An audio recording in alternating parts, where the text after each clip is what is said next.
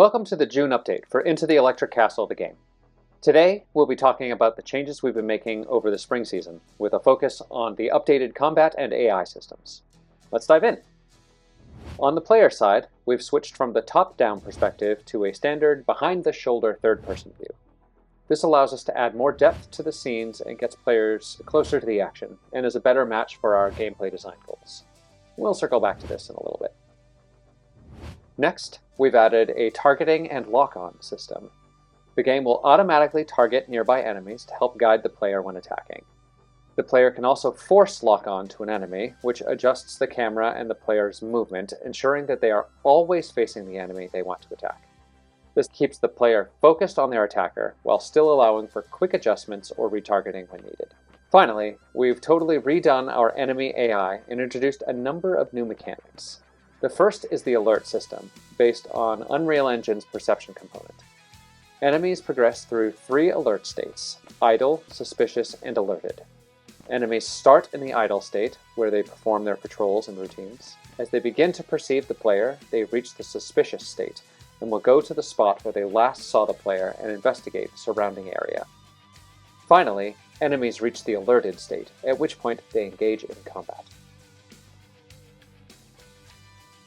This brings us to another new system, the Encounter Manager. The Encounter Manager is responsible for directing groups of enemies on how to engage with the player. Each enemy in the encounter is assigned to an engagement level ranging from passive and cautious all the way to aggressive and all-out. Each engagement level dictates how often that particular enemy is likely to attack, with passive and cautious enemies attacking much less frequently than aggressive and all-out enemies. Each enemy is also assigned a combat range, based on that enemy's attack preferences.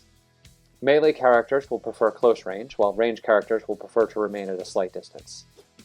Finally, the Encounter Manager assigns an ability mode, telling each enemy whether it should perform offensive, defensive, or support abilities. The Encounter Manager periodically updates each enemy with new engagement levels, ranges, and ability modes to keep the combat dynamic. We've implemented Unreal Engine's Significance Manager to keep all of this new AI logic from having a negative impact on performance. Leveraging our own custom World Significance subsystem and Significance component, we can configure how significant any given actor is and how it responds to significance changes.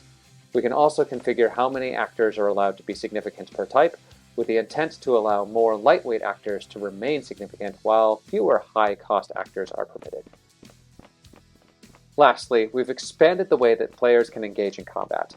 The new third-person camera makes it easier to read enemy attack patterns, which can be helpful for performing special maneuvers like the new character ability, Perfect Block. When timed and positioned correctly, the player can block an enemy attack and perform a follow-up counterattack, stunning the enemy and allowing the player to do massive damage. This will be key to taking out larger groups of foes. We've also added dodging, which helps the player get out of dangerous positions and grants brief immunity to damage, and a number of new character abilities, including the Barbarian's chargeable Thunder Strike. We've had a lot more cooking over the past few months, so we'll be back soon with another update. Thanks for watching.